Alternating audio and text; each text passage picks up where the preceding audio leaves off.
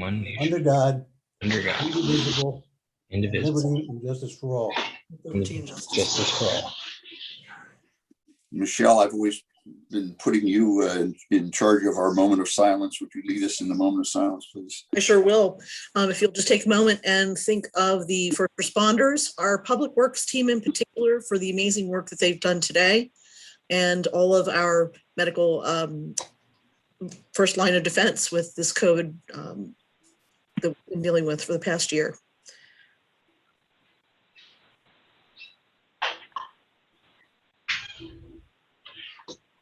Thank you. Thanks, Michelle. I mentioned already that the meeting is being live streamed on YouTube. First, I'll do the chairman's report. The board met in executive session on March 9th for a personnel matter to discuss the status of applications and the process for open and pending for the position of Director of Finance and the Township Manager. And again, we met prior to this meeting tonight to discuss a personnel matter, to interview an applicant for the position for one of our boards, and with the township solicitor to discuss a legal matter around the Paoli Pike Trail easements. I think that's it. We're going to start with the public hearing, and I'll turn it over to Kristen. The first is to consider an ordinance authorizing execution of the cable franchise. We've discussed this at previous meetings, and this is just a culmination after we advertised and had our discussion. So, Kristen, you want to go ahead and Sure. take it from here? Sure. So the township. David, how about Dwayne? Then I can go. Oh, I'm sorry. I totally forgot. I meant under the chairman's report to announce that Gary Althouse is retiring, one of our code inspectors, and we are fortunate to have hired Dwayne Brady in that capacity. He's joining the staff, and Dwayne is on the call. Can't see his video, but Dwayne, you want to say hello? Hello, everyone. Thank you for the opportunity to work for the township. Sorry, my camera's not working. I've been trying to get it up, but No problem. No worries. Welcome, Dwayne. Welcome, Great. Dwayne. Glad to Best have of you luck on to board. you. Best success ahead. thank you. Very good. Now I'll open the public meeting. Okay, so this is an ordinance to authorize the township to enter a cable franchise renewal agreement with East Goshen Township and Verizon Pennsylvania LLC. The township participated with a group of Chester County municipalities. They hired Dan Cohen Law Group from Pittsburgh to renegotiate your cable franchise agreement. Your existing agreement with Verizon does not expire until November 14th of 2021. Despite that, Verizon still wants East Goshen to adopt the ordinance to authorize you to enter this renewal agreement. They won't sign it themselves until you're within the 6-month window of your termination date. So if the board were to authorize it this evening, we would send the signed version to Verizon. They will wait until they're within the 6-month window, and then they have already committed to approving and accepting the terms. The reason why it's done by ordinance is that's the way you authorize the first franchise agreement. Mr. Cohen, again, in conjunction with many other municipalities, worked with the changes in the technology and the changes in federal law. There were definitely some provisions that they had to negotiate that are different from your first agreement. One most notably is that it's a 5-year term this time going forward. They've expanded the definition of gross revenue. You will still be getting a franchise fee of 5% of the gross revenues. There are audit provisions, termination provisions, customer service standards, many of the same provisions that are currently in your ordinance today. Because this has to be adopted through ordinance, we did advertise tonight's hearing, and that was advertised in the Daily Local on March 5th, 2021. And I sent a copy of the ordinance as well as the agreement to both the Daily Local News and the Chester County Law Library for public inspection. So we did follow those procedural requirements. Again, most of this, well, all of this was negotiated with Dan Cohen in cooperation with many other municipalities. And given the changes in the technology, I think it's a good deal for the township to continue the relationship with Verizon. And Mike Lynch or Chris Boylan, I think one of you two should probably give some capsulization of what's happened to the revenues associated with the current environment.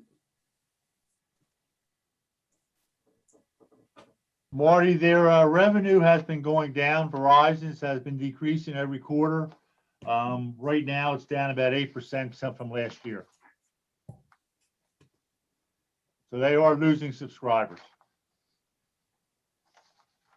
And as the board discusses this, we've agreed that we're going to track it over time, looking at the past 3 years and looking forward. Because of changing technology, this is a revenue line that could eventually disappear. So we have to continue to think about how we include this in our budgeting process going forward. And we are tracking it, so.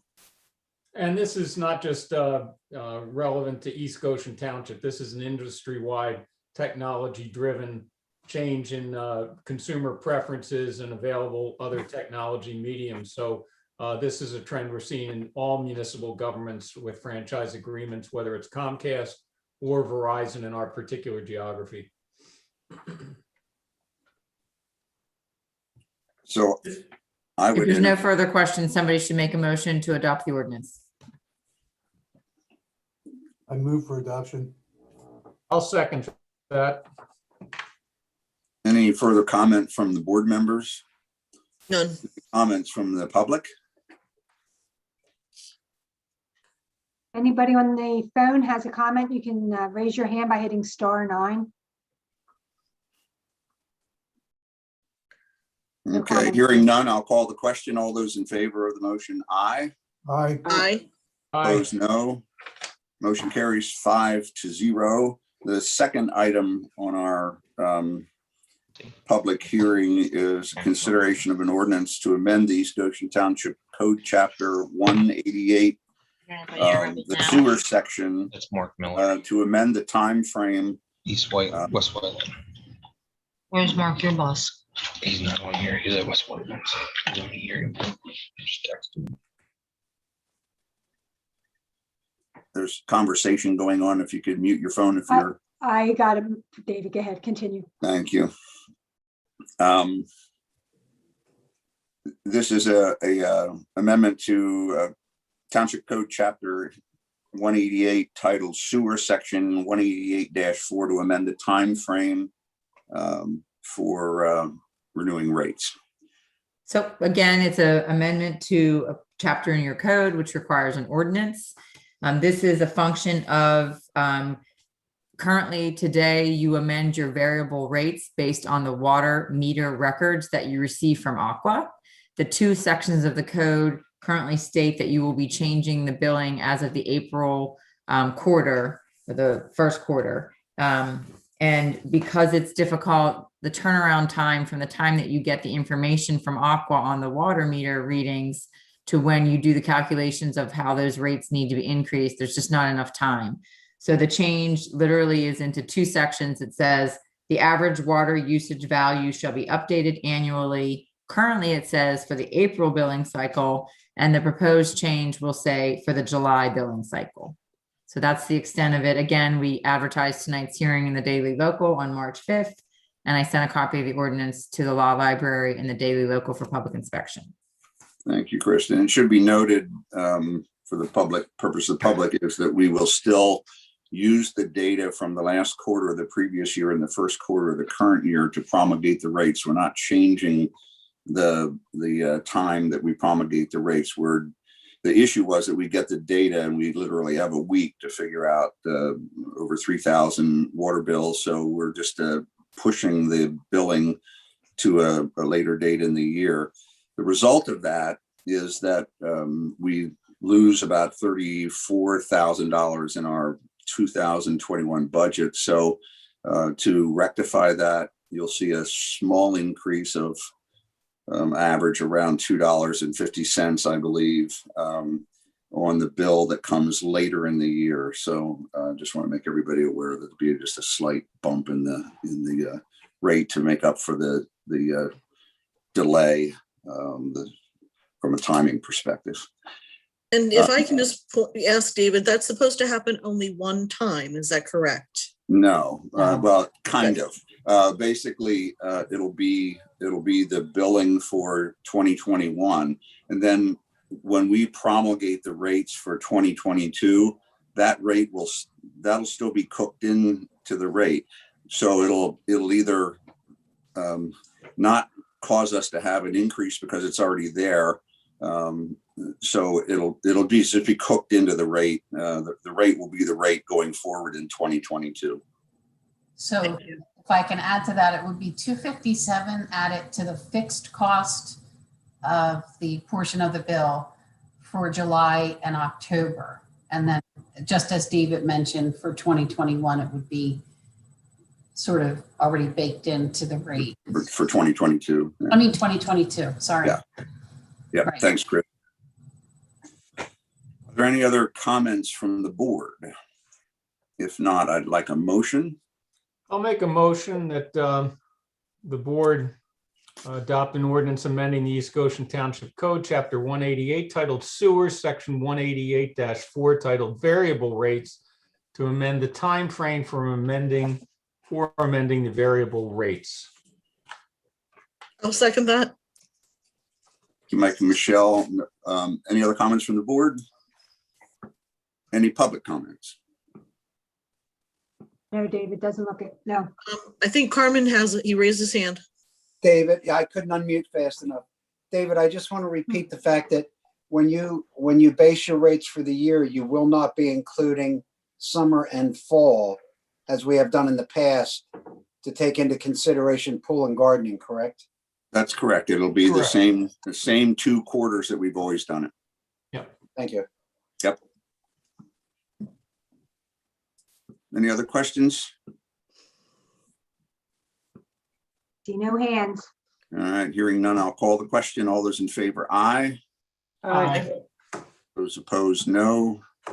Motion carries 5-0. Thank you very much. And that ends our public hearings for the evening. Thanks, Kara. Thanks, Thank you, Karen. Have a Kristen. good day. Thank you, Kara. Hi, Kristen. I'm going to stay on, I guess, for the pipeline awareness discussion, if Okay. the board wanted me to.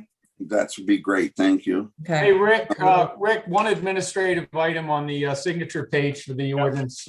Would you correct my name spelling? Spell check got you, Mike. I am out to lunch a lot, but that is not my name. That's probably my fault, Michael. Sorry about that. Yeah, well, I'll see you later. You owe him lunch. You owe me lunch, that's right. Sorry. All right, thanks. All right.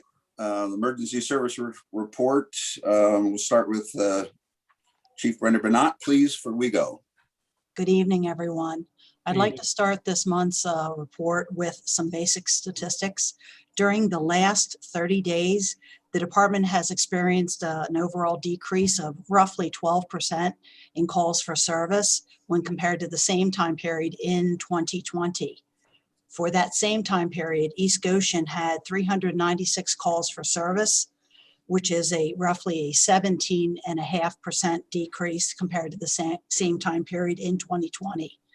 Despite the reduction in calls for service, the one thing that we continue to see is as our residents are responding to the stressors of the pandemic, it's reflected in our calls for service. I'd like to highlight some things in the last 30 days that will demonstrate what I mean by people being stressed out and engaging in unusual behavior. Just in the last 30 days, just in East Goshen, we've had 2 reports of suspected child abuse. We were called to a dispute between neighbors in an apartment complex that escalated into threats of violence, and it stemmed from a resident got out of his car and didn't have a mask on. And it got very ugly between the 2 of them. We had another resident who reported that a complete stranger was sending messages to his social media account accusing him of having inside knowledge of Area 51 and engaging in child sex trafficking. We identified a suspect and we had the police department in that area reach out to that individual to get them some mental health treatment. We also had an individual who's a resident in East Goshen who asked an acquaintance that he met at a fitness center not to have any contact with him. That person's response was to create a fake account on Grindr under that person's name and basically solicit for homosexual activity, including underage activity. That investigation is still ongoing. And lastly, we had an East Goshen resident who was having somebody send paid pizzas to her house who she didn't know. So we worked with both the resident and the pizza delivery service to make sure that that would stop. Very unusual calls for service. And as I indicated, I think that's a stressor that our residents are seeing and the people around them. With regard to trends, there's two trends that I wanted to highlight to make the residents aware of. The first one is a theft of catalytic converters. Catalytic converters are part of the exhaust system on vehicles, and individuals steal them so that they can take them for scrap. The poor resident, who is the individual who owns it, could pay up to $2,000 to have that part repaired. Catalytic converters are very important in preventing toxic emissions from coming out of a car, and it also helps the car to run more smoothly. We recommend that residents, particularly those individuals who own SUVs and trucks, because it's easier to crawl under them, park their vehicles, either if you have a garage, put it in the garage. If you're going to a business, park it near the entrance under a light. You're going to know that your catalytic converter has been stolen when you start your car and it makes a very loud sound that only gets worse as you accelerate. And sometimes you can just have a sputtering effect. So far in East Goshen, Westtown, and Thornbury Townships, the primary targets have not been residential locations, but have been businesses, either fleets. That's why I'm saying something. I know Mark Miller's on this. They've targeted a couple fleets in the area where the cars are parked overnight. Auto mechanics are reporting it. And we had one other business in Westtown that had a theft from a car. So unfortunately, it's just one of the strange things that we don't see this trend for like 10, 15 years, and all of a sudden it crops up again, and it's very hot in the Metro Philly area. The second trend that I want to report, if you saw our post on Crime Watch, we're having a lot of thefts from vehicles again. There is a national crime organization called the Felony Lane Gang. And what they do is they try to find vehicles that have valuables inside. They break the window. They're very quick in and out. And they target businesses where people are likely to leave valuables in their car. For example, daycare centers. Mothers or fathers leave stuff in the car while they drop their children off. Or fitness centers. People don't want to take their purses in there. So although the people are looking for valuables, primarily what they're looking for is identity theft. So if your driver's license, credit cards, checkbooks are in there, they will make your life miserable because they will steal your identity. And next thing you know, they're opening credit cards across the United States in your name. So we tell people, please save yourself the aggravation and don't leave valuables in your car. Are there any questions from the board? Chief, that on those mental situations or calls for service, as you call them, do you notice whether or not there's any connection between in age with respect to older to medium to youngsters? No, I really can't say that I have. We have seen a lot of mental health issues from very young children all the way up until senior citizens. So I wouldn't say it's any particular age group, no. I think I've heard something about that on television as one of the shows that across the country now, I'm not talking about necessarily here, that there is a relationship between age and that, but I don't recall which way it is. I know which end I'm at, not the baby end. All right. Any other questions for Chief? No, thanks for coming, though. Chief Bernard. Well, I want to recognize Chief Trends are- Bernard. She was recognized for her role as a woman leader in Chester County. I just wanted to publicly congratulate her for that recognition. Thank you. Congratulations. Yes. It was very, very nice moment for East Goshen and WeGo. And it was nice to be able to give my mom a shout out. There you go. Yeah, that was well done and well said. Thank you. Carmen, you want to do the fire marshal's report? Sure. My calls will be for East Goshen only. For Goshen Fire Company, we had 19 fire calls, 11 fire police, and 162 EMS calls. You do have all the backup information in your packets. Yep. Malvern Fire Company, January, they had 21 calls, which is 3 BLS, 19 ALS, which is advanced life support. February, they had 17, which is 2 basic, 15 ALS. And Good Fellowship for the month was 58, which is about standard, 12.7% of their total. Okay. Before the meeting, I had mentioned to the board that you have had a graduation from, and I told them that you would not, that it would be better for you to explain than it would be for me. I don't know how the fire company ever goes from first grade to second grade. But Well, thank you, my best of why friend. don't you take a few minutes just to explain to people to what's happened to you? Well, other than babysitting a hydrant today at the mulch fire, which is what I did, which I saw one of your supervisors, Mr. Lynch, rode his bike over our hose. I was promoted to an engineer staff level. Basically, I drive the apparatus now, and the engineer level is some administrative, but Monday night I do the vehicle checks.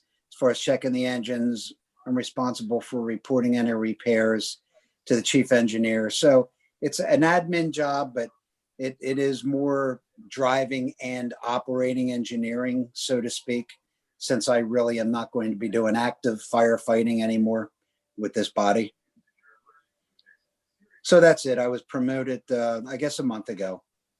Well, congratulations. I hope you got a nice big old raise with it. Yeah, he got a big raise with it too. I got a Well, red helmet. That's it.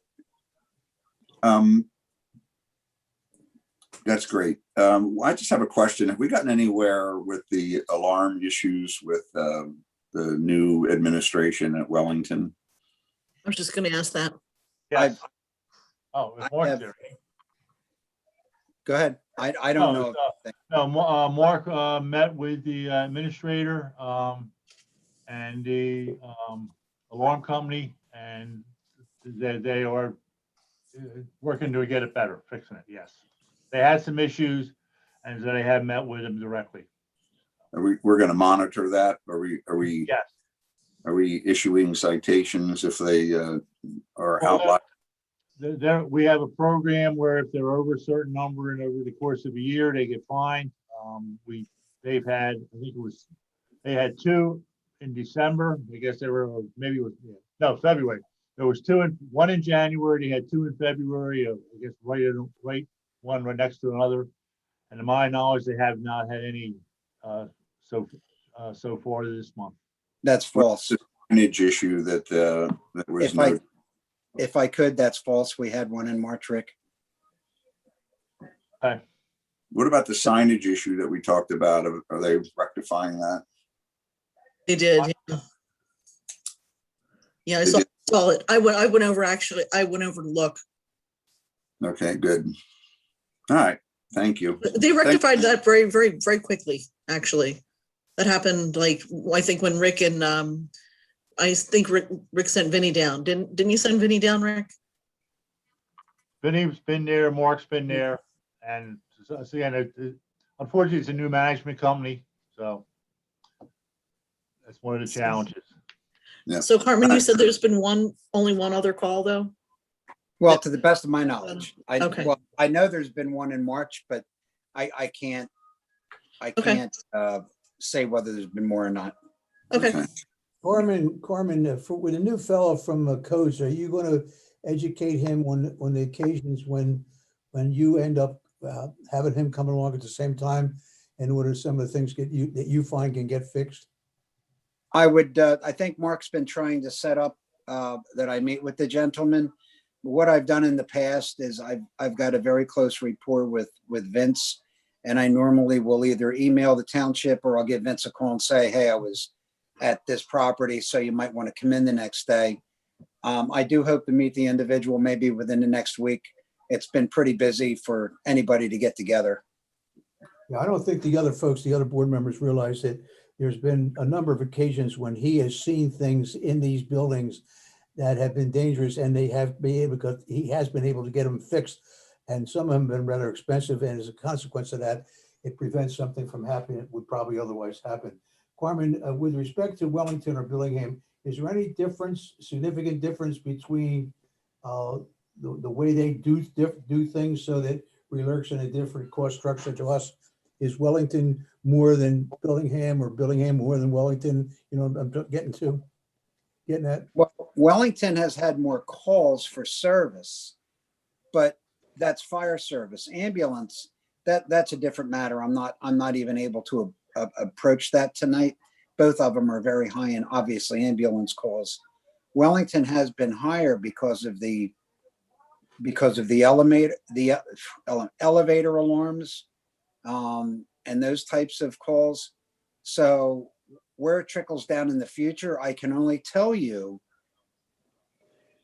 and I'm not afraid to say this as your fire marshal, these two properties in East Goshen Township, I'm taking my glasses off, scare the living daylights out of me, because if we don't have correct code enforcement and correct problems being resolved, we could end up with a situation that happened in Westchester, and I would prefer that not happen on my watch. That's why I'm getting a little bit short-tempered on items being done. Look, this is not a blast me tonight. New ownership is no excuse for passing on coded information. I can see things fall in the cracks, but we've got could have some fairly significant problems at these types of establishments.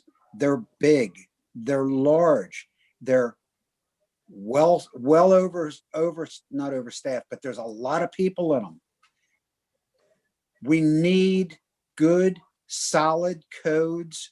We need good, stringent enforcement so that we don't have anything happen that could be on the negative side. I'm sorry I said that tonight. I'm a little bit tired from being on that call today, and I'm just a little bit aggravated, and I apologize. No problem, but it's a situation we need to be aware of, and we can take this up further as a topic going forward. It's, it continues to be a topic of, the calls and the reasons for the calls and the number of the calls and reimbursements and false alarms and codes issues. So we will address this going forward. But in the interest of time, I'm going to move on to the next agenda item, which is the financial report for Chris. I'm going to just Good take night, a all. Carmen, thank you very much. Hey, for Carmen, keeping us thank informed. you. Congratulations, Carmen. Thanks, Mr. Chairman. For the financial report, I have one correction. I think I was so excited about the property tax revenue that you'll notice on paragraph 3, I said on the revenue side, earned income and real estate transfer tax are slightly less than budget. And then I said, however, real estate transfer tax far exceeds budget. The first sentence should read, earned income and real estate property tax are slightly less than budget. But no real concern there. March is our big month for the revenue for property tax. So I was excited because the real estate transfer tax is more than double what we had projected for the year-to-date budget. So that's attributed to the amazing sales and including commercial sales of property in East Goshen Township. So I just wanted to highlight that. And then at the bottom, you'll note that we did have $600,000 in utility revenue in the month of February, which pretty much far exceeds the last 11 years worth of revenue in the month of February for utilities. And I just wanted to give a shout out to Kelly Brophy because she does an amazing job with the aged outstanding accounts receivable, which for the month of between January and February, she reduced that aged amount by $16,000. And that's on top of her regular responsibilities of payroll and applying other accounts receivable and doing collections, you know, so kudos to Kelly for that. Chris, I think I compliment you for not taking the air out of her balloon. You didn't even say anything when you were supposed to be done in January, and you got all this money coming in February. You didn't even take credit for it. Geez, ooh. Hey, Chris. I'm a little modest. Chris, emergency services on the, looking at the general fund summary, is over budget year to date by $198,500. Do we have any explanation? The emergency services? Yeah, That's at emergency the top services of the core expense budget. on the general fund. Oh, I summary. see. Isn't that where we keep the money now? We have a payment go out in front of the budget month. Is that what? We're way under. And I was just wondering what if Or it's not a go out, timing yeah. issue or Timing. You know, I don't know off the top of my head. I'm sorry that I don't have that answer. okay. Take a look at that. I was just wondering. It's a you know, we're significantly under, and I don't know if it's a timing issue. Or, It probably is, but without the paperwork in front of me, I can't really say. okay, no problem. I will Just get back to you on that. David, did we change how we allocate the end of the year, the money that's left over? Did we change it to the townships get it as opposed to anything else, the way we were doing it before? I thought that made, but I saw that same thing you did, and I thought that was the answer. Yeah, I don't know. We'll have to wait and have Chris take a look and see what that variance is all about. It's a good variance. You're talking about emergency services expenses, right? Yeah. Yeah. Right. It's significantly different, I can tell you that. Yeah, it was just 19%, and it was a positive variance, right, for an expense. So it's Okay, I will check into that. yeah, to see if it's a timing issue. It's kind of good news. But any other questions of Chris regarding the finance Chris, report? yeah, Chris, if you could share what, you may not have it available, but I'd like to know your second paragraph on the opening page of the report. Public Works exceeded year-to-date budget due to multiple snow events. I'd like to know what the year-to-date total is versus the entire budget as we're moving out of the snow season. Hopefully we may get another event, but I'd like to know what our year-to-date total is relative to our year-to-date budget. I think I'll feel a little more comfortable, understand we did have more snow than we expected. And I was one of the ones that wanted to trim that budget, and we did trim it this year. So I'd like to know that number when you get a chance. I can do that, but I know that we did have the obligation for salt expenses, and Mark Miller may be able to speak better to that, but we don't have to get into the detail of it. I just would like to know year to date where we stand relative to the whole budget, not just the month. Okay. Thanks. Here tonight, I don't know if he knows the answer to that question or not. You know that question? Mike, hey, Mike. The second page, doesn't that have that information on? Second page, second line down? Well, it has public work expenses, but it doesn't have it specific to just the snow budget. Okay. Well, we're ahead of the game by $15,000, aren't we? Well, but I know, but Chris I mean, pointed out. behind the game. I behind the game. know. Well, but Chris pointed out that the public works has exceeded the year-to-date budget due to multiple snow events. Right. So I'm just curious as to what the specific line item is on our winter maintenance. Well, because we cut the snow budget and then we had expenses incurred for snow. Well, I know that. I'm just saying, what is would like to know what our budget is, the total Right. budget for the year, and what number we have year to date. That's all I'm asking for. Right. And that should be, and that I don't should want to be, talk about it anymore. and that should be a fixed number in April because we won't have any more snow. So we should know where we are. Right. All right. You're We'll right. get an answer to your question, Mike. Not that important. I just, we don't have to make any more of it. Done. We'll move on to the next agenda item, approval of minutes. Everyone reviewed the minutes. Does anybody have any questions or comments? I reviewed them and I find them perfectly acceptable. Okay. Any other comments or questions? Yeah, I have one question for Ricky. Ricky, under the sale of the wheel loader, the last time Michelle made an authorization for the board, and we did a 5-0 vote. Why in the world are we waiting for now, 2 weeks later, to take a vote and he count the doesn't the authorization serve the same purpose as the vote? As I read the code, the board needs to actually approve the sale. So now that we have Mark had the numbers for you, he'll give you the numbers. Now you can actually approve it. Before you approve the process of putting it up for auction, and now you're actually going to approve the sale of it for the price. 2-step process. Yeah, we had to approve. I still don't know the difference between taking a vote and doing an authorization. But that's all right. I'm not wasting any time on it. It's not that big a deal. Okay. Chairman, if you're interested, I would like to make a motion to accept the minutes as they are presented. Yeah, he's got to ask the people in the. Oh, Thank you. So, no, second. I'll second I that. thought we were I'll ready, second that. sorry. I'll That's a second. good I motion. got it. Is there a second? Yes, second. Thank you, John. Any further comments from the board? Any comments from the public regarding the minutes? No. Seeing none, I'll call the question. All those in favor, aye. Aye. Aye. Opposed, no. Carries 5-0. Treasurer's report. Everyone got a chance to review the expenditure register. Any questions or comments? I have one question on batch 3 of 4, page 2. There's an expenditure there for a loader rental. It's listed under as a snow expense.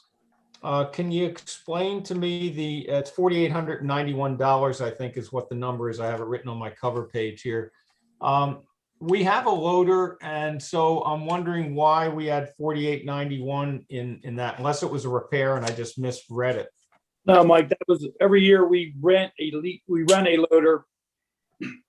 You can't, if you were to get a big snowstorm, the loaders are not available. So we got caught with our pants down several years ago. So since then, we've always gone out to bid in the beginning of the year for a rental loader for the winter months. And that allows us in the heavy snow, I can put one loader in the north end, one loader in the south end, and then keep one back and then load trucks as need be. All right, so it was a planned operational expense. Okay, and budget. Okay. Like you need that, you need to eat. Any other questions? I have a question. So Chris, batch 3 of 4 on page 1, vendor 102, B&D Computer Solutions. Yes, That's $2,000. That's for our IT. Is that correct? that is correct. It's a $2,000 monthly expense. Monthly expense. Rick, can you tell us, is this a retainer that's been, This is Bert. right, it's Bert, but it's a retainer of sorts. Can you tell us how many hours a month he actually gives us? However many we need. He's like on salary. Hell of a lot, that's all I know. So- He provides all the technical support for the computers and the phones. So, Okay, so whatever it takes. so is there any way of, Yeah.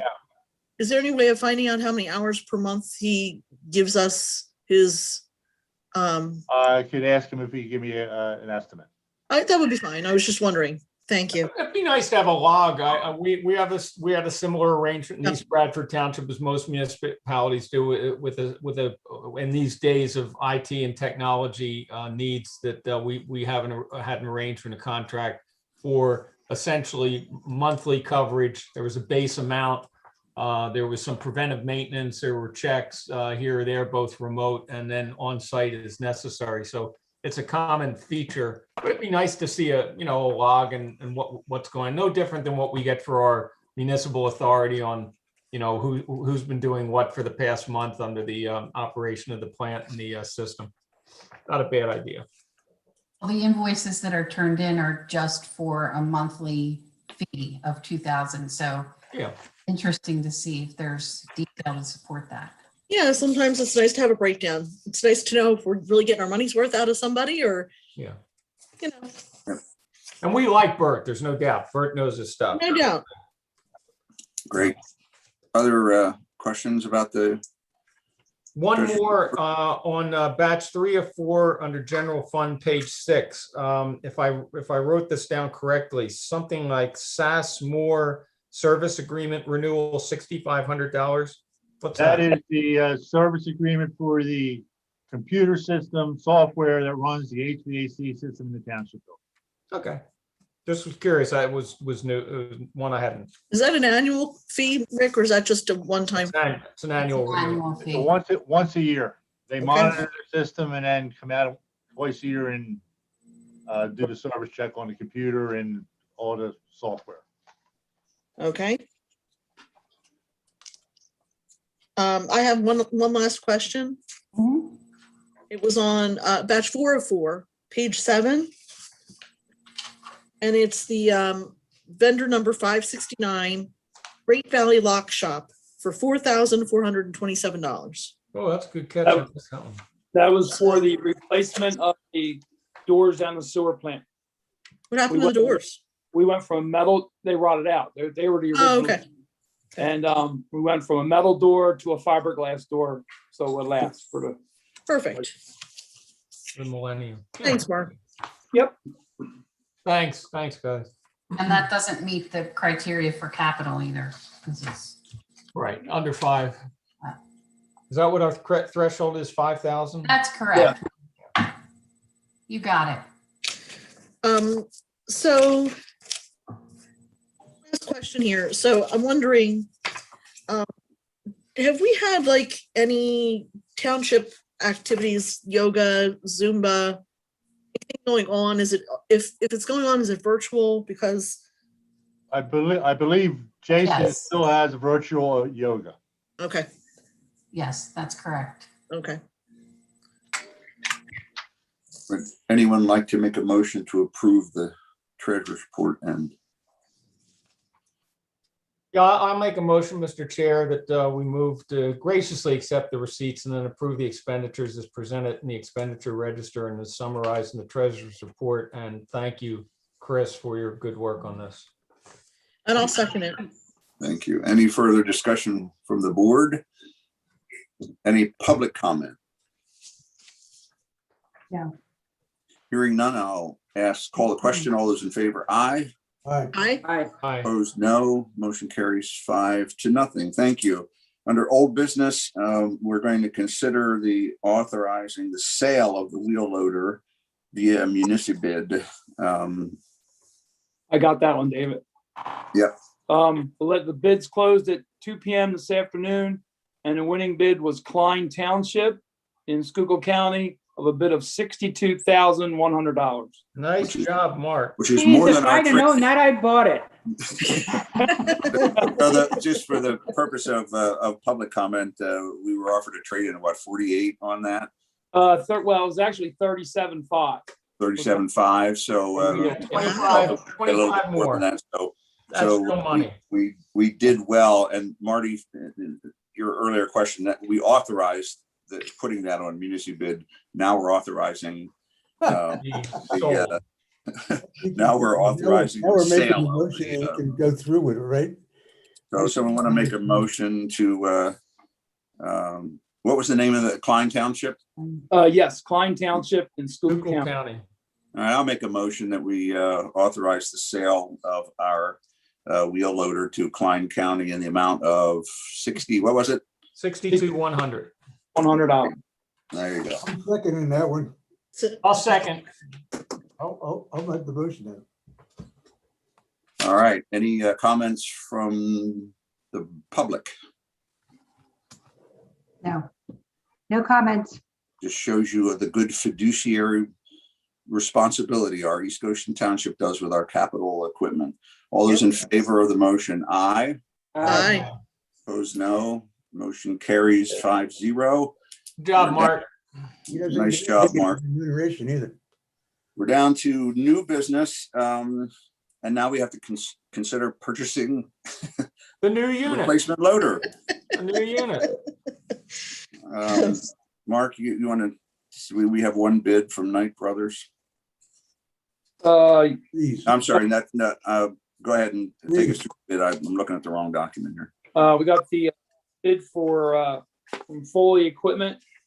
Yeah. And you're not gonna believe it, but I don't have the number in front of me. Ricky, what's the number? 182, 182, 400. 400. It's like 182, I think. $182,400. I think it's 182,400. I think. Heard that. You're right. 182,400. Thank you, John, for clarifying that. Sorry about that. I would like to entertain a motion to purchase moved. Caterpillar 926M wheel loader from Foley Oh. So moved. in the amount of, what was that How number again, John? I authorize it. We shouldn't laugh about this much money. You realize that. David. All right, 82,400. Marty, did you make that motion? Yeah, I made it. All right. Second it. All right, we got a I'll second from second Mike. it. Mike and John and I. Any comments, John? Question here. Is this in the budget? Yes, sir. Yes. Okay, so I want Yes, to know. depreciate it. It's to fully depreciate capital expense in the budget. Yes, yeah. He was supposed to replace it last year, but we asked him to put it off. Yeah. Okay. Any comments from the member of the public? There are none. Hearing none, I'll call a question. All those in favor, aye. Aye. All those opposed, no. Motion carries 5-0. And Next, please note that the net cost for us now will, instead of being 180 some thousand, it'll be more like 120,000. Yeah, good that's question. great. So that's Thanks, Mark. a great price for a new loader. Good comment. The next item on the agenda is to consider the awarding of the tree pruning. I was surprised we only got one bid on that, Mark. No, they're all busy now. Very busy. as A hell. lot of it has to do with the insurance that we require, and there's just, I mean, we sent it out to a bunch of people, but Knights was the only one to bid it. So I don't know what to say. Does that They're still busy, aren't they, Mark? What's that? Yeah, they're good. The tree guys are all busy. Oh, yeah, they're Yeah. all very They busy. don't need our businesses. Hey, Mark, what do we define the scope of work for that contract amount? We did in the bid request. What do we normally do here? Everything's bid on an hourly basis. In the event of emergency, they have 4 hours to respond. And I think that's what knocks out most of them because they don't have the people to send over. Yeah. And the other is the crane service and so forth. It's all expensive. It's money. So And is that number, David, is not a fixed number. That's an estimate that will Yeah. be allotted as demanded by Public Works and the Public Works Director, correct, Mark? That is correct. and is it all emergency response or is it all some planned? Oh, no. A lot of it's planned work. Oh, If we can't get to the tree or it's too big for my guys, then we have like. Okay. All right, great. I'll entertain a motion to approve the bid received from Knight Brothers. And for what it's worth, that was the same price that they quoted us 3 years ago. All right. Okay, I good. did it again, David. I authorized it. All I'll right. second that. Okay, any public comment? I'll call the There is question. none. All those in favor, aye. Aye. Aye. Opposed, no. Motion carries 5-0. The next is, it'll probably take a little bit longer to get through. You all in your packet have received information, a nice summary letter from Ernie with regard to the process that we've gone through to consider a pipeline awareness study ordinance for the township. And We have a copy of the draft ordinance. So let's talk through that. Is it, David, can I Ernie, go possibly ahead. say a few? Yeah. Yeah, go I'm ahead. gonna just turn it over to Ernie and have him introduce it. Christian are in charge of this. Great. Okay, thank you. Good evening. As you know, around third or fourth quarter in 2019, we were approached the Planning Commission to look at ordinance with regard to pipeline and pipeline safety. After a lot of thought and consideration, the Planning Commission, the staff, and the solicitor, we prepared a pipeline awareness ordinance. The Planning Commission believes this approach best suits the planning needs for future development, redevelopment, or changes in future use for properties within close proximity to the pipeline. I did attach a summary. I'm not going to go through that. I just want to hit some high points. The attached ordinance is a pipeline awareness ordinance. It will kick in. There are three things that the ordinance, three requirements in the codes for applicants to prepare a pipeline awareness study for the following circumstances.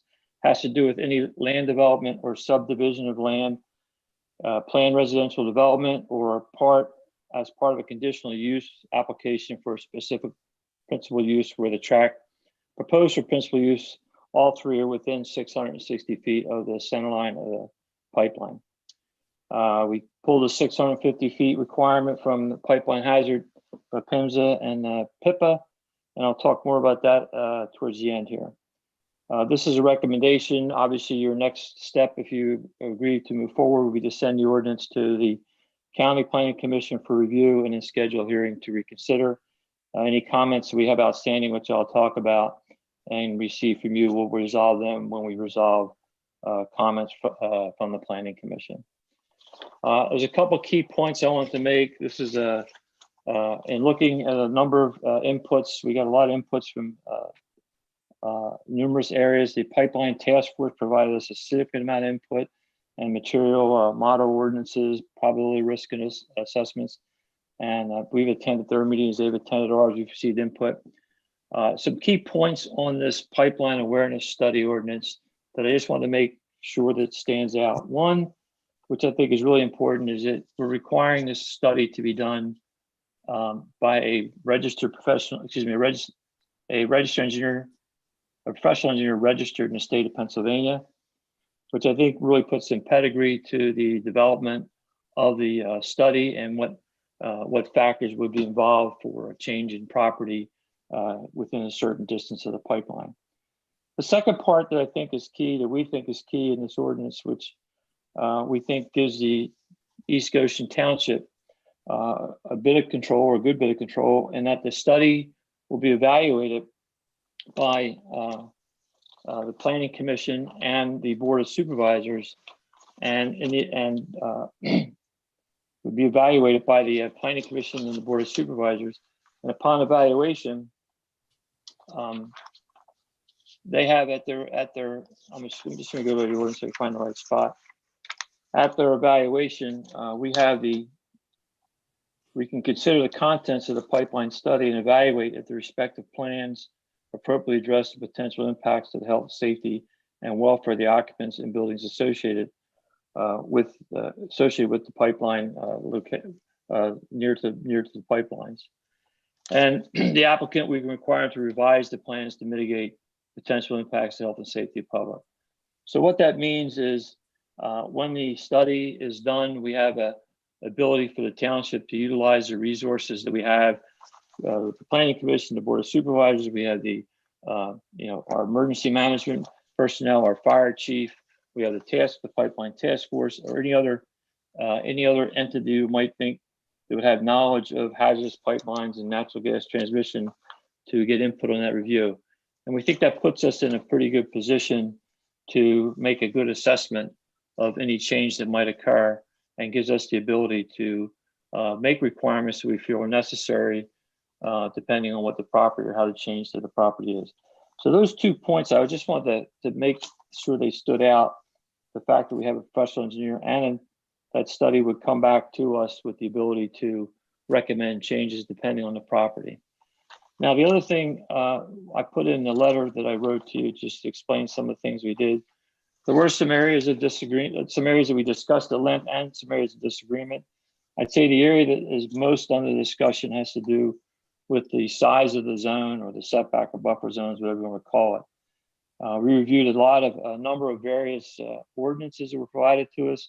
We took a look at the website from PIMSA and PIPA.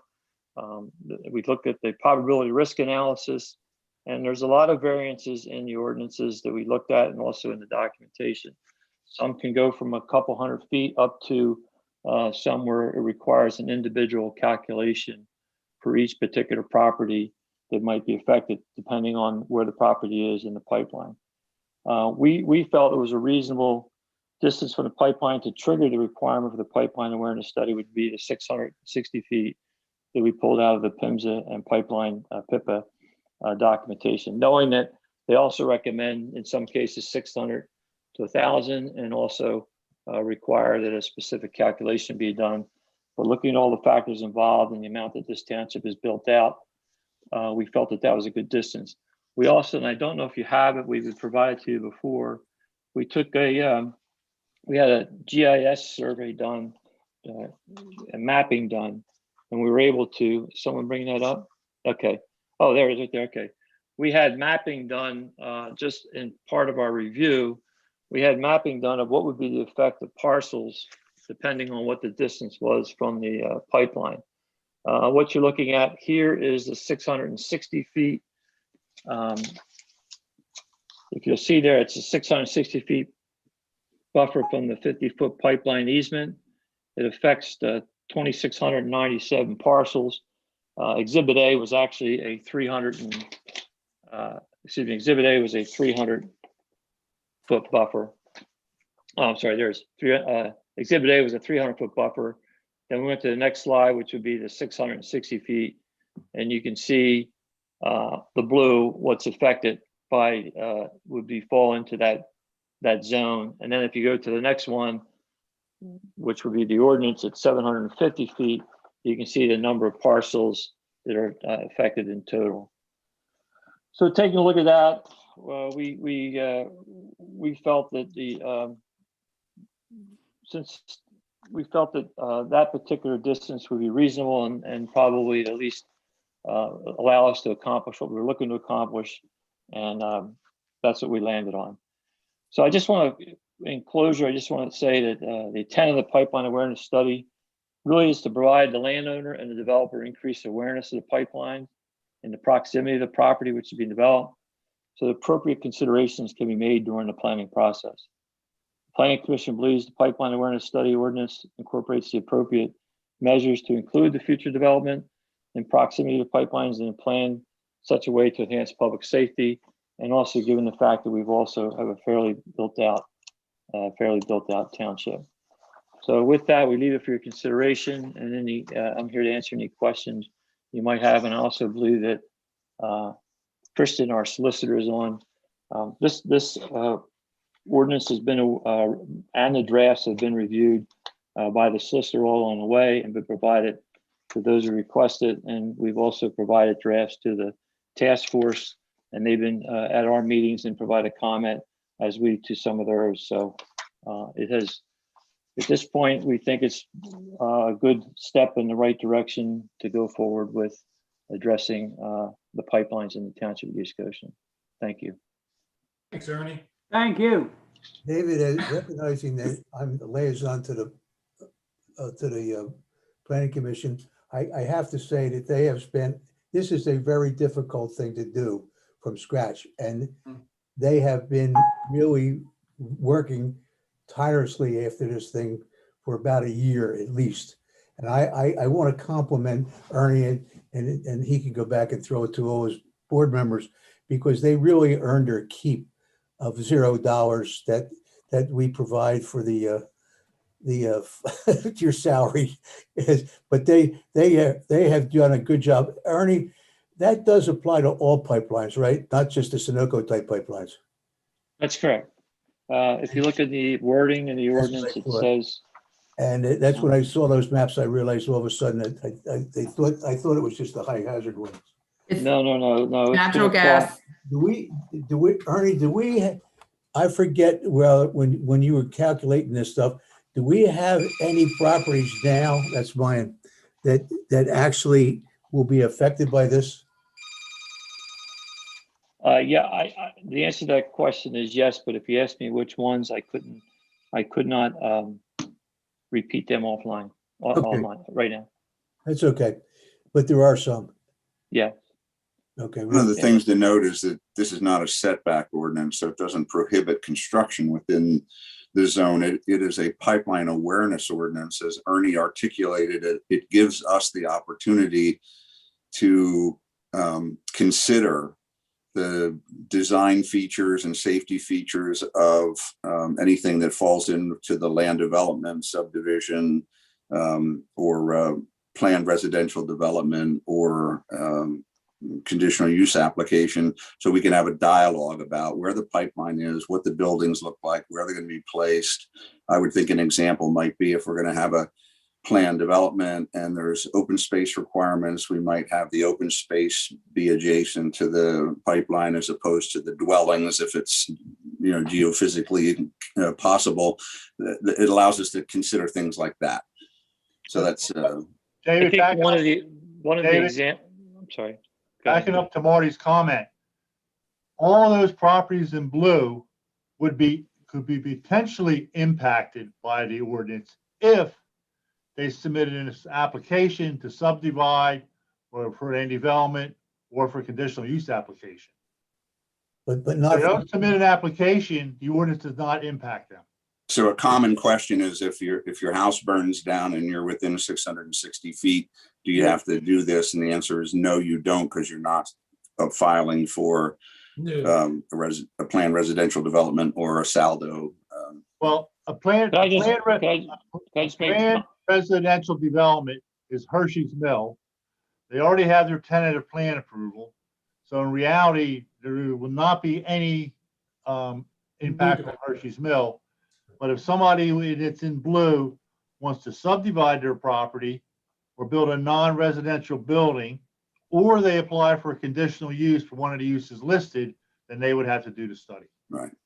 David, I just want to add, and I forgot to add this, we received a comment from the task force list this week with regard to potential exemption for residential remodeling, which I thought was a pretty good comment. When we look at the comments from the county commission, I'll look at what it takes to potentially incorporate that. It's also kind of incorporated by inside because it does because of the 3 land development saldo or conditional use, right? So, but maybe to give contract certainty to the resolution, we could include some language in that. That would be good. Yeah, we'll look at that. So, what I'd like to do is ask for a motion, ask for additional board comment, and then open it up for public comment. Well, we're making the motion tonight to get it over to the Chester County Planning Commission, right? That's correct. We're not done yet. That's correct. The motion is Just to move it to on. direct the staff to forward the ordinance to Chester County Planning Commission for comment and schedule a hearing. The other thing I'll second that motion. I want to ask Christian this question, and that is, if you fit this parameter that we have, you actually, we the township gain extra rights in the negotiation of what's going to be required for the property, right? Is that correct? That's why I say you negotiation rights. I think it's used as a planning tool to help guide the process as to where's the best location for, as David's example was a good example. If there are discretionary decisions on the design of a development, and you can put the example that I was giving was you're building a church or a place where there's high volume of people, where you locate the entrance doors or where you locate the access driveways in relationship to where the pipeline is. I just think it's another planning tool in a condition, because one of the triggers for requiring this study is conditional use applications for various uses. I think in that context, where you're evaluating whether the proposed conditional use has a more detrimental impact on the public health, safety, and welfare, this study will come into play for you to be able to impose conditions that again may be necessary because of the proximity of these pipelines to the proposed project. So I probably wouldn't say it exactly as you said it, but yes, I think we're getting to the same end result, that it's another tool that can be used to improve the safety of the proposed development in relationship to the proximity of the pipelines. For another example, I always think of is that the orientation of the entrance and exit, egress, ingress to a building vis-a-vis the pipeline, so that you can think about things about like emergency evacuation and things like that with regard to how the property is situated, the building is situated on a property kind of thing. So it gives us an opportunity to ask those kinds of questions and consider them in the planning. And another thing that wasn't talked about, it's a component of the ordinance, is that it also is a notification to the pipeline owners that this proposed development is going forward, and gives them an opportunity to notify the applicant of concerns, the applicant in the township of concerns that they may have. Obviously they have their own safety protocols in place, and they may want to make sure that they would maybe suggest to the board, okay, if you're going to approve this, please make them do A, B, and C, and then therefore you can impose that as part of your conditions. Well, I have a point I just want to bring up. I don't know if the motion was actually made, but John seconded it. So I'm going to make the motion. Okay, thank you, Michelle. John, second. Okay, I'd like to ask one question, Ernie. I'll open up questions, but let me just ask one. And I was going to ask. I was reviewing the ordinance. Marty, let me. I was quick with that finger, I'll tell you. Ernie, on the track, on the language it says planned residential development where the tract proposed to be developed is located. If a corner of a large tract is 660 feet, does that, and the rest of the development is going to be further than that, that would still qualify if even just the corner of a tract is 660 feet from a pipeline. Is that correct? I believe that's correct. And I think we worded it that way specifically for that. Yeah. So yeah, you could end up impacting a distance further than 660 feet because a corner of a tract could touch requirement. And tract is a defined term under your zoning ordinance. It doesn't even have to be a big tract to do that. You could do that on even a medium-sized tract. You could, if the center is like this, the outside, the lower outside can be 1,200 feet. Well, that's it. What my point is, if it's a 100-acre tract and the 660 feet measures from the one corner of the tract, it qualifies for this. Oh yeah, absolutely. So okay, that's my question. Anybody else have a question? Yeah, I have a couple questions, and I'm just curious how much this, I don't know who can answer it, maybe Ernie. How much more would this add to the landowners' fees, if you will, to, in order to develop something, or to, if it's just a homeowner looking to make an improvement, they don't have to have the study done necessarily according to the amendment. But Michelle, let me just make a comment. Let me make a comment real quick. Remodeling of a home would not going to count. But I guess my question just really is, how much more money is this going to add to that plan for land development? Depends upon the plan. Who has to do the study? Professional engineer. Okay, so a PE will do it, and so whatever their fee would be for that. Right. Will we have a list of available PEs that would be able to do that work or not? We can't recommend. Okay. Can't recommend. And is this ordinance in existence anywhere else? We have seen. Yes. Okay. We have seen model ordinances. We have seen ordinances adopted elsewhere in the county and elsewhere in the United States.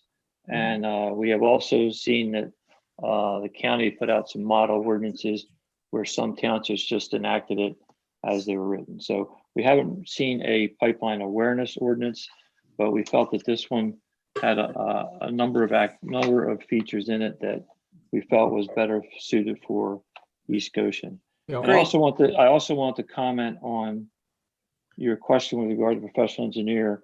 And I am a professional engineer in the state of Pennsylvania, but I just wanted to be clear that as part of being registered in the state, because of his professional liability and his license, he can only work on things that he feels that he has the expertise to work on. So when you say for a list of engineers, if an engineer was to take on this project, it's up to him to determine whether he's qualified to do that, knowing that if there was litigation or something, he would have to defend his ability to do that. Of course. All right. Is there, let me ask Ernie, is there or Rick, to complement this ordinance in the actual implementation stages going forward, should it be adopted, and you have a property owner come in to do something that is going to trigger the ordinance in this provision, are we going to have any kind of a template or a list of the scope of the items that we would want covered in this pipeline awareness study? Anything specific as a guide? It's in the ordinance, Mike, to a Well, I certain know there's extent. some, but I didn't know whether we were going to get anything more than that, whether that's adequate or not. I suppose it is, but No, but one as Ernie pointed out, one thing we will have to do is see if Pannoni has an engineer on staff that's To qualified review it. for the That's right. same for pipeline stuff. And Because Mike, I suspect that once you get a good one, that other engineers will ask the township, have you had one that's Yes. been good that you've accepted, and you'll use that sort of as a model? We've certainly seen that with other types of studies required, whether it's an impact statement of some type or a historical resource impact, that sort of thing. Yeah, okay. All right. No, but the township engineer would have to be qualified Yes. for the pipeline. Yeah. So as well. And if the township engineer is not qualified, we would have to identify one that we could use as a special engineered resource. But Mark and I intended to reach out to Nate and ask them if you had a development project that had this requirement. We're trying to get it. We'll see if we get a number from Nate. Yeah, that'd be good. That'd be good. Yeah. Okay.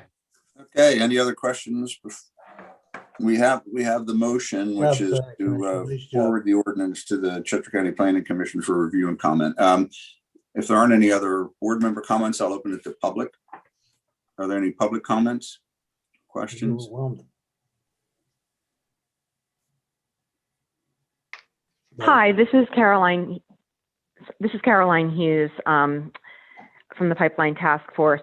I wanted to offer my sincere thanks and gratitude to the Planning Commission for the immense amount of work that went into this ordinance and the communication and attendance. I know this, as you mentioned, we were back and forth, and communicated with the different ideas, and really as East Goshen has dealt with Mariner and feeling like we find things out after things have been approved, that the need for increased awareness is always a good thing for everyone involved, for public safety and education. And also to make sure that, as we move forward and as, developers are looking at certain projects, that they are aware of what is around them, just to keep everyone safe. So, this really is born out of a need to continue to keep East Goshen safe and to make sure that people understand what is, underneath the ground near them, particularly as they are developing. The only thing I wanted to add is that, that we've had a lot of back and forth and dialogue and suggestions, and people have given different opinions. But the one thing that the Pipeline Task Force universally recommends that the board consider is to consider that the consultation zone be consistent with actually what's recommended by Chester County as published on their website. And it was part of the pipeline emergency preparedness, Chester County Pipeline Preparedness and Emergency Response Guidebook. And so they designate consultation zones to be considered as 1,000 feet and I'm going to read this, on either side of the approximate pipeline center line. If property development is planned within this zone, it is recommended that the property owner or developer initiate a dialogue with the transmission pipeline operator. So it is definitely not nearly as specific as what the Planning Commission has provided. And it is a recommendation and not a mandate. But I think that it makes sense to consider that consistency as that was developed by the Pipeline Safety Coalition for Chester County for pipeline emergency response planning and safety and awareness. That would be the only thing that I would recommend. And otherwise, I just wanted to say thank you again for all of the hard work and for the communication. Thanks, Caroline.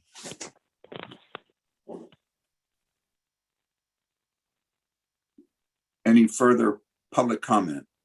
David, I think that before we send that over to the Planning Commission, if this township, and I'm talking about the Planning Commission and us and whoever else, is going to consider what she's suggesting, that we don't send it over until we do get that thing squared away.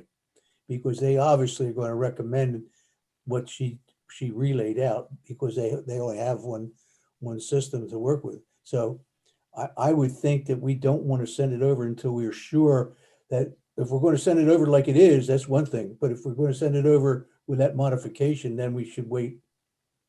That's what I'm just recommending that. That's just my thought. Okay, I'm with some real trepidation. I'm going to open it up to the question to say, what does 1,000 feet get us at 650 doesn't? What else are we going to gain from it? That's the question. In interface with the pipeline transmission companies is a maze and a rabbit hole that I'm not sure where we're going to get. So what does 350 feet more get us than what has been done in this pipeline awareness ordinance? Mike, it just increases the number of people that the requirement could potentially apply to. That's all. And what is the basis for 1,000 feet, except that another task force recommended it? We have a 650 blast zone that we're respecting, which has been, I guess that's been quantified. So what's 1,000 feet going to get us that 650 doesn't, other than what you just said, Rick? I mean, I will just, if you want me to give an answer to that, I can. Okay. I wasn't sure if you wanted Rick to answer that. The 660 is what is the minimum requirement. It's not a blast zone. It's the minimum requirement that is recommended by federal recommendations if you do not know the specific properties of what the pipelines and that are in the vicinity. And so the 1,000-foot recommendation covers a wider area and also, frankly, covers a wider potential impact zone so that it increases due diligence to make sure that the people that are, the buildings that are being constructed in that vicinity understand that even at 1,000 feet, they may potentially be impacted and what that impact could mean for development. Okay, so fundamentally, the only thing that would change in the ordinance is the distance. And Rick, you are indicating, well, obviously, that we would just bring in more properties to be involved that might potentially have to have this study done as well. So it will be bringing on, as Michelle inquired about the cost of it, more properties will be impacted, if you will, by having to undertake a study, even though they're in a zone that's currently beyond 350 feet up to beyond what we're talking about now. Ernie, did you talk about this at the Planning Commission, the 1,000 feet versus the 650? This was discussed at length. Not only 1,000 feet, we saw from 300 feet to 600 feet to 1,000 feet to what I also mentioned, a specific calculation for the particular property and the hazard. There's two parts to this that I wanted to just bring up. The one part is, as you said, what would trigger in for someone having to do this study? And if you wanted to go with 1,000 feet, it just increases the number of people. If you wanted to say, well, if you have to do a specific calculation, then at that point you'd have to say, really, how would you put a box around that? Anybody who would submit one of these three areas would have to do the calculation and or the study, and then it comes down to who is for just the calculation. Do we have the expertise to do the calculation in the township? The other part of this that I don't think is discussed much, when we talk about the distance, setback, whatever you want to call it, zone, you know, a lot of this has to do with risk, and risk is a combination of consequence versus the probability. And the consequence of an event or a pipeline event could be very disastrous, okay? And it could be 1,000 feet out, 2,000 feet out. It could be consequential. But then you have to look at what's the second part of that. What's the probability of that actually event occurring? Now, that doesn't mean the event would never occur. It's a probability. It could occur tomorrow. It could never occur. But when you match up the probability to the consequence, then what's the actual risk? To put that in perspective, what would be the consequence of, say, a tanker truck exploding on Paley Road during rush hour? Or what would be the consequence of a plane crashing in East Goshen? It would be significant. Well, what's the probability? Well, the probability is high, is low that event's going to occur. So when you look at, and I think it even put in the letter I wrote to you, Yes. one of the PRA analysis we looked at, 3 of them, the one of them was pretty clear on, you know, depending on where the pipeline is, whether it's above ground, what the probability is, and you get into some, you know, fairly, I want to say fairly low probability of an event occurring. That doesn't mean that the consequence wouldn't be significant. So I just want to make clear on that. So there's a lot of discussion on this distance, when part of the discussion we had at the Planning Commission was that the distance, you know, is really one factor into the overall risk assessment, not the consequence. So that's kind of how we looked at it. Can I just add one thing that you want to make sure that ordinances are not vague and are not subject to interpretation. And, you know, one of the conversations you guys were having is, are there engineers out there that can do these studies? Do we have a professional engineer on staff that can evaluate them and give good guidance and recommendations? The more complicated you get in terms of trying to figure out who has to do the study and who doesn't, I think that just makes the ordinance less impactful. If the material within the pipeline changes, then the extent, you know, the distance out that you have to do the study changes. I just think in terms of unambiguous and very clear standards, that's one of the things that I advocate. And that's something that I think we were able to achieve through the 660 feet distance. Bill Wegeman, you have a comment. I'd like to go. Yeah, David, I'd just like to go back to Mike Lynch's point that he brought up. This is not just the recommendation from the Pipeline Task Force. PHMSA refers to PIPA, which is the Pipelines Informed Pipeline Alliance for Planning and Consultation.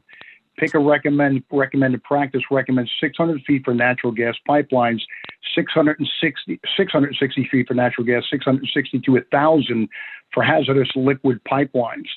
So whether or not you put in the 660 or the 1,000, I think from the task force recommendation is to be consistent, and for the safety purposes, this is awareness study that would be completed. And I think Rick brought up on our call last week, how many times would this have been triggered last year in this township? Would have been maybe once or twice. So it's not a huge number. It's just something that we would like to have on record. Our recommendation, I've talked to Ernie at length, and I'm very appreciative of his task force is for everything the Planning Commission has put into this. This is the only area that we differ on, and it's really going to be up to the board to make a decision. Thanks, Bill. Thank you, Bill. Other public comment? All right. Marty's probably correct, but we don't want to send it over to the Planning Commission and then reconsider and have to send it back over again if we change the 660 to 1,000. What's the board's pleasure? Any further discussion on the? It means we're going to make a decision tonight on whether it's 650 or 660, whatever it is. Well, the If motion is we got to send something over to the. As is, then that's fine. You send it over, you take a motion and you send it over. If you're going to do anything else, you gotta think about it.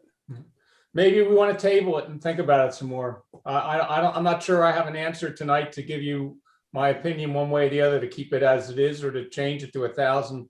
I don't know. Maybe we table it for a while and study it some more. Yeah, I guess my view is that 660 is for natural gas. If we go to 1,000, then we're further than the PHMSA requirements for natural gas. And hazardous liquids is 660 to 1,000. So we're at the low end of, for instance, the Mariner pipelines, but within the guidelines. So yeah, at the end of the day, Could we break up the ordinance and say for a natural gas pipeline, 660? And for a no, hazardous liquids, the Can't break it problem up. there is the one that Kristen brought up is that, then you have to identify That's right. the material, and if the material changes, like Mariner 1, which was Oh, petroleum, right. it changes the requirement and it gets complicated. So David, the material didn't change in Mariner 1. I think the 660 more Yeah, fits it the is. notion. No, Mariner 1 is a hazardous liquid pipeline. The one that would have changed is changing is Adelphia. Adelphia is changing from a hazardous liquid pipeline to a natural gas. Well, Mariner 2 started out just was not natural gas liquid. Mariner has always been a hazardous liquid pipeline. But not when the pipe was first put in the ground, it wasn't. Mariner has always been a hazardous liquid pipeline. He's disagreeing with you, Gary. The NGL is a type of hazardous liquid, that's all. But there's only two types, natural gas and hazardous liquid. what was Mariner 1 pushing when it put in the ground in 1932? Petroleum. If they had it, it would be classified as hazardous liquid pipeline. Fuel oil, diesel fuel, gasoline, NGLs, all classified as hazardous liquids. Mhm. Texas Eastern, Transco, or the natural gas pipelines. Interstate Energy went in as a hazardous liquid pipeline. If you recall, they went to the PUC, and then they submitted an application to FERC to convert it to a natural gas. But once the pipeline's in, or put this way, if somebody does a study for a pipeline and it's one classification, and they do the study and they design their building for whatever, and the use of the pipeline changes, the guy's building doesn't become non-conforming. The pipeline changed. All right, so if we just go to the 1,000, essentially we're blanketing the township. And we're saying any changes in the subdivision or land development or the other procedures for something new, if you will essentially cover just about a study for everything new that goes on in the township going forward. And if we look back at the ordinance that we adopted a couple of months back, to say we're not going to allow any more pipelines, we recognize we've got enough now. Maybe we put the blanket on the entire township. We set a standard. Then it's been referenced in the amongst other agencies or studies of 1,000 feet, and we satisfy the intent of our township essentially, which is to say we don't want any more, and what we have, you're going to be aware of it, and we're going to try and make planning standards or decisions that are respectful of just about every single property in the township because we have so many pipelines. So I guess that would sway me to say, let's go to 1,000 feet and just get the township blanket. Mike, that's all right to think that way, but to tell you the truth, I want to go back to, I think. I'm talking out loud, obviously. You have to realize that the more you ask for, the more you're increasing the costs. Well, there's no doubt about it, but I hear others saying, what's the cost? We start to get into this problem. Marty, I'm with you. I heard what Michelle was asking about earlier. I get the cost of land development subdivision. It's expensive, and adding another layer on, it's expensive. A study is probably going to be anywhere between $2,500 and who knows, $15,000, Could be- depending on the property. So yeah, we're adding more cost to everybody or more people when we do that. But then you come back to the same questions we've had over and over: risk assessment, probability, consequences. Let's put it to bed and let's just do the 1,000 feet and get it over with. I'm the other way. Let's do the 660 and get it over with. Ricky, do you Well, have so any there you thoughts on go. this now that you heard all this jibber jabber? Michelle? What else? What, I have nothing else to say. I want Ricky to weigh in if he can. I'm at this point, I feel like we haven't heard from Mark Gordon at all. I'd like his opinion on it. But at this point, I feel like I think we need to table it. That's kind of where I'm going right now. I don't want to increase costs to more potential residents at this point. I mean, Guys, maybe one suggestion rather than tabling it, and I know, Marty, you don't typically like to send something to the county planning if you think you're going to make a change. But in this instance, maybe the county planning's review letter will give you information that's food for thought to make that decision. Good point, Chris. And let the county comment on it. You And already we'll know come what they're back in gonna a month or comment. two and see if we take it up again. Yeah. They've already still- showed their hand. No, the county planning commission is a different organization than I know. the, Well aware of what it is, Kristen. well, no, but I'm just saying, Well they aware of may, what they do with they're it. Marty, they're looking at it in the context of a Saldo amendment and a zoning amendment. So I think that their input may be helpful to make the key question you guys are trying to struggle with now. I'd be curious what they have to say about it. I'd still be interested in hearing Mark Gordon's opinion on this. Well, it sounds like I can speak. I don't want to speak for Mark, but I know, and he couldn't attend tonight, but I know in conversations with him, he's support. Oh, here he is right now. there you are, Mark. He's here. Perfect. Mark, we're waiting for you, man. Solomon, went from- help us out. I went from your fire to another fire, back into your fire. So, All right. um, So how do you split the baby? no, I like Kristen's suggestion. I think the planning commission is going to give very sound planning guidance on this, and it can't hurt. Doesn't cost us anything except a little time. It's worth hearing from those folks. And why don't we front I have- load Mark? Why don't we front load the request for review with them by saying one of the open issues we particularly have is, should the zone be 650? It should be 1,000 feet. Would you please specifically comment on that to give us guidance? And I've done that before with Gilt, and we can do that. That's All right. I'd support that. That's a good way to go. I'm okay with that as well. I mean, my other suggestion is to just thinking about it. And we had a discussion today with someone who's trying to develop a single family lot, and the costs are just enormous right now. Everything is just through the roof. And, this is one that's done, and they just need to escrow some funds, and it's so expensive. And maybe there's something to think about, exempting smaller subdivisions with less than so many lots on a regular street. If you're concerned about impacting the mom and pop who have a 3-acre lot, maybe within 1,000 feet, who are going to get jammed up, maybe we need to pedal back a little bit and think about that. Very, very interesting. I like that Very too. good point. Very interesting point. And I like that. And maybe that's another front-loaded question. We consider acting on just a submission tonight to the County Planning Commission with a couple pointed questions as part of their review.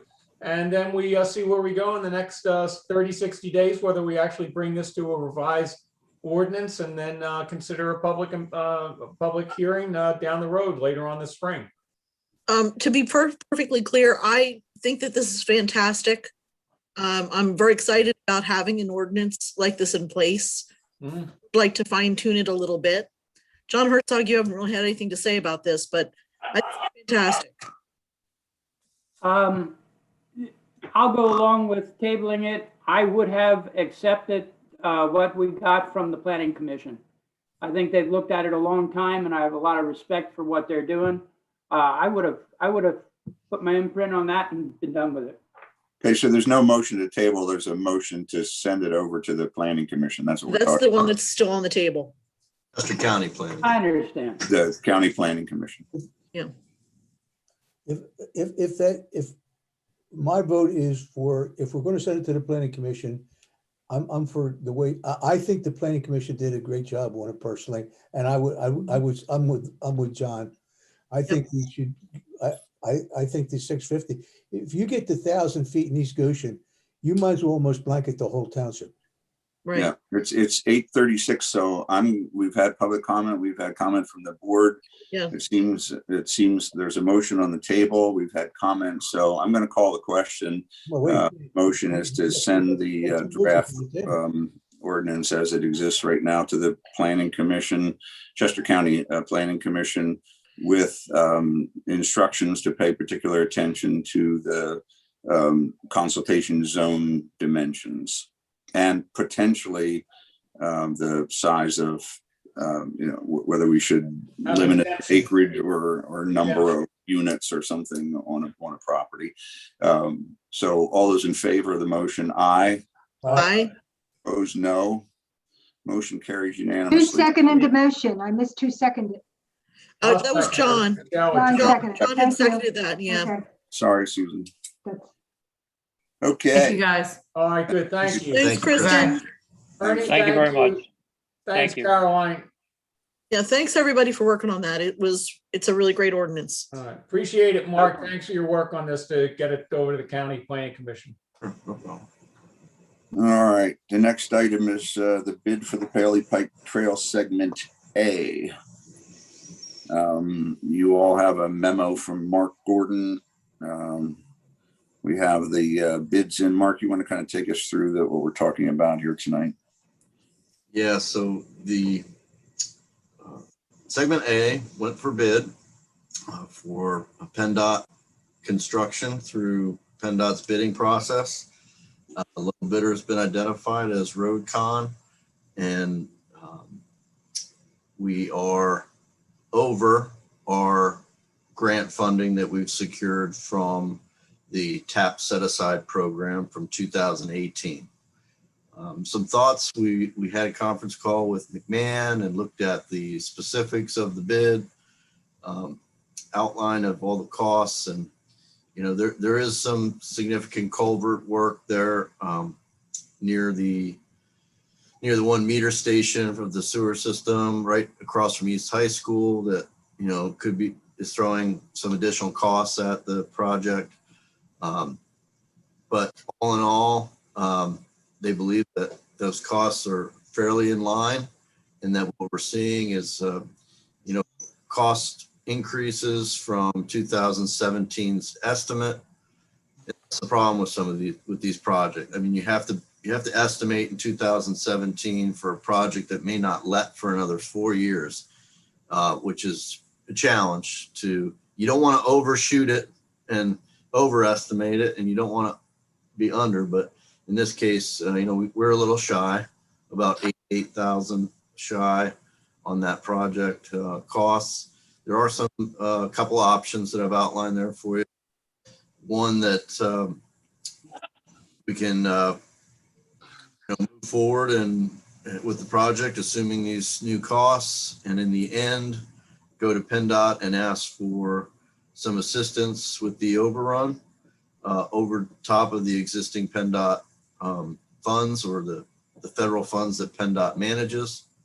And the way that works, it's typically a big pot of money that they get, and this is our project may be over. Some projects may not have occurred, may have been under, and they can, a lot of times they'll work with you.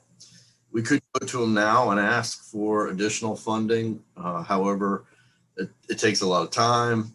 There's a chance that the contractor could say, yep, we'll give you an extension, but we want to adjust our bid, because since we bid, costs have gone up, gas prices have gone up over $1 a gallon.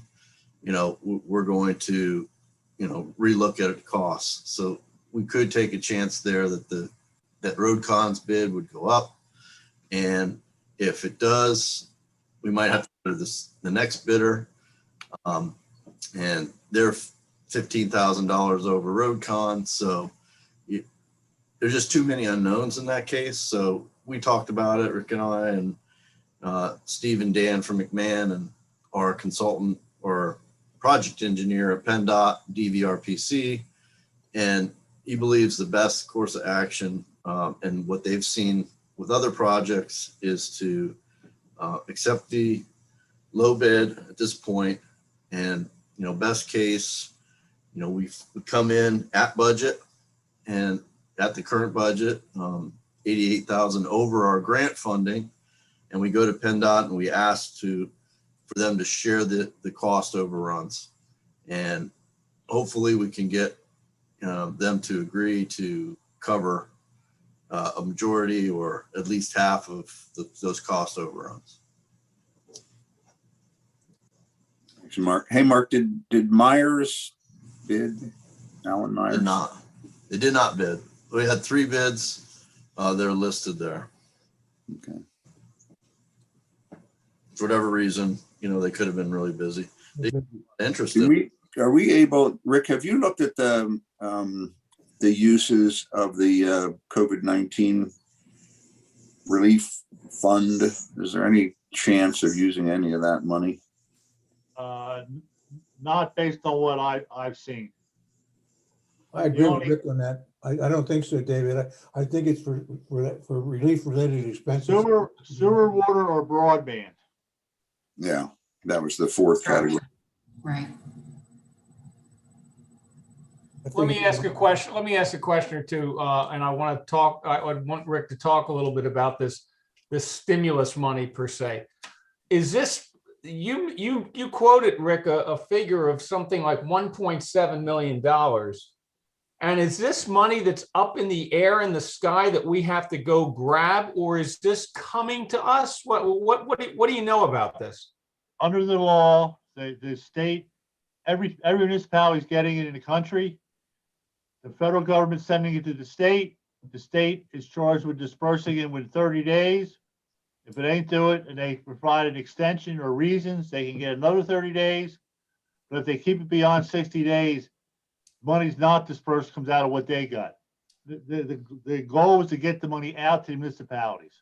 So we are going to actually receive this money. Yes, East Bradford, Tredyffrin, West Goshen.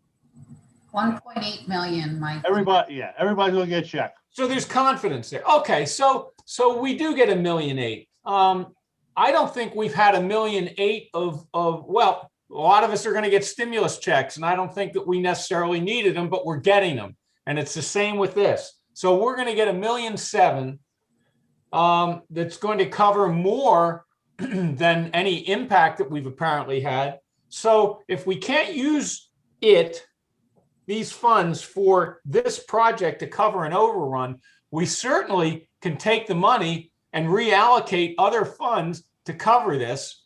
And I agree with Mark Gordon completely. 4 years down the road and the current state of development in Chester County and the demand, no wonder the price has gone up. We've got 2 legitimate bids that have come in very close. So there isn't some craziness here with the bids being unreliable as far as the numbers.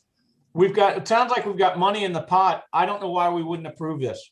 I agree, Mike. The interesting situation is this $1.8 million that we're getting, roughly rounded up, can be used for water, sewer, and broadband, stormwater management. So if you think about the projects we've got going on right now with the situation with our sewer system and Hershey's Mill Estates and the situation where we were facing borrowing money from our reserve fund or possibly going out and doing commercial borrowing, and that's going to offset a large portion of that. So it does free up money and give us a little bit of cushion for things like this overrun. So I'm actually in favor of the motion as it's suggested.